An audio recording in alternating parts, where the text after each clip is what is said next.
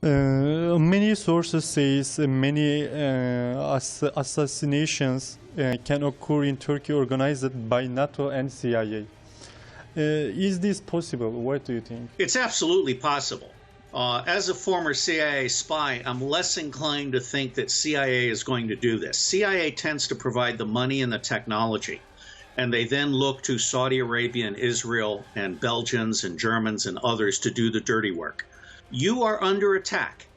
You will have more false flag attacks. You will have more assassinations. You will have more electronic attacks, power outages, things like that, because Erdogan is now seen as a linchpin for stability. Turkey is the center of the earth between Europe, Central Asia, Arabia, and Africa. I think you are going to rise to the occasion, and I pray that you do.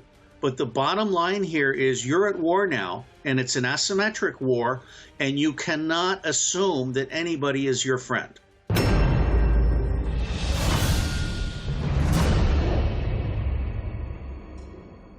The U.S. government lies for a living. U.S. ambassadors lie regularly. It's one of the greatest shames of my personal life as a U.S. citizen. I am in the middle of a fight with the leaders of the U.S. intelligence community who are lying to the president-elect about Russia hacking the U.S. election. We lie a lot. Now, you have to understand that the Kurds, as with the Palestinians, are not seen by many people as terrorists. They are seen as freedom fighters. And so from where I sit, it's necessary to have a more balanced view of Kurdistan as opposed to, say, ISIS or Iraqi Sunni renegades or Saudi Sunni mercenaries. Economic sanctions, in my view, are an act of war. And they are completely inappropriate between sovereign nations. I will tell you what I told Ecuador. Spend a year planning for it, and then throw out all of the representatives of every country that is doing sanctions against you. You don't need them. Be an independent Turkey.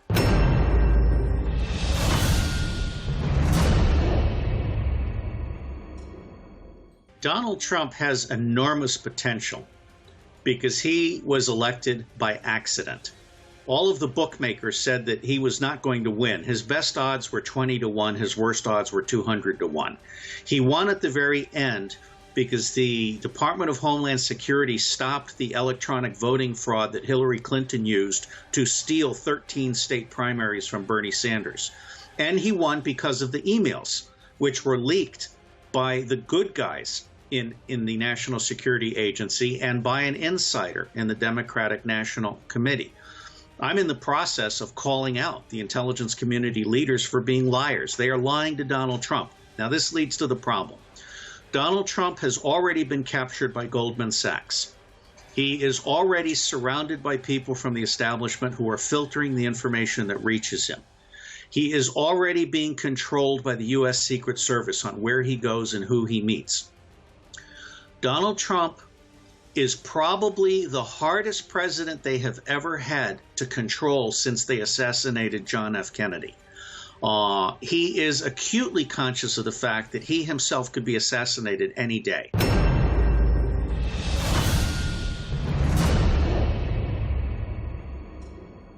I believe that Donald Trump wants to close our bases in Europe, our bases in the Middle East.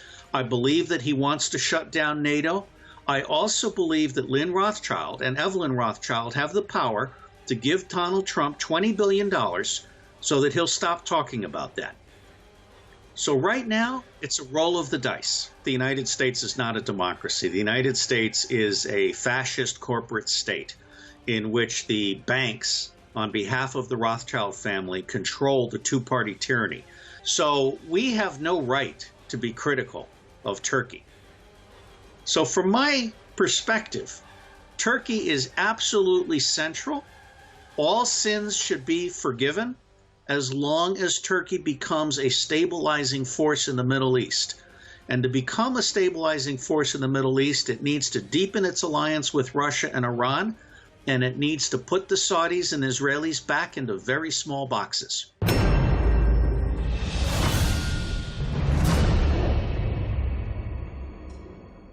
Obama is a puppet.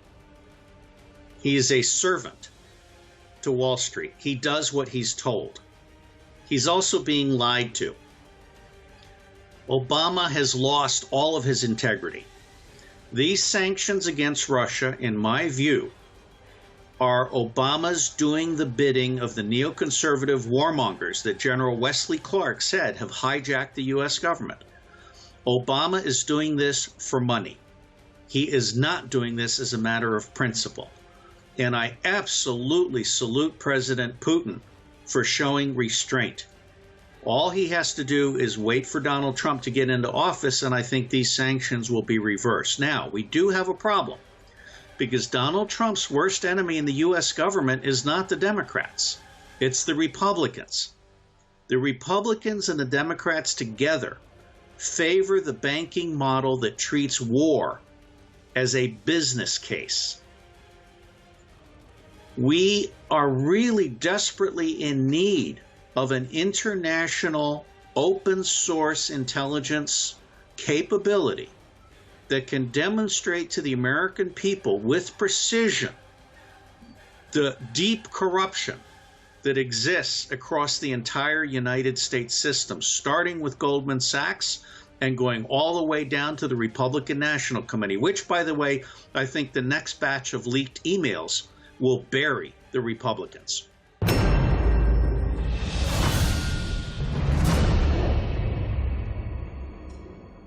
Now, let's divide this into two parts. Part one is who created, actually three parts. There are three parts to ISIS: who created them, who controls them, and who profits from them. Saudi Arabia and the United States of America created ISIS. There is absolutely no question about that fact. ISIS is largely controlled by Saudi Arabia and Israel. Israel has embedded officers with ISIS. ISIS is also a fragmented mob. So I don't think you can really say it's under control. I think the Russians have done a tremendous job of smashing them, but I am very upset by what we've done to Aleppo.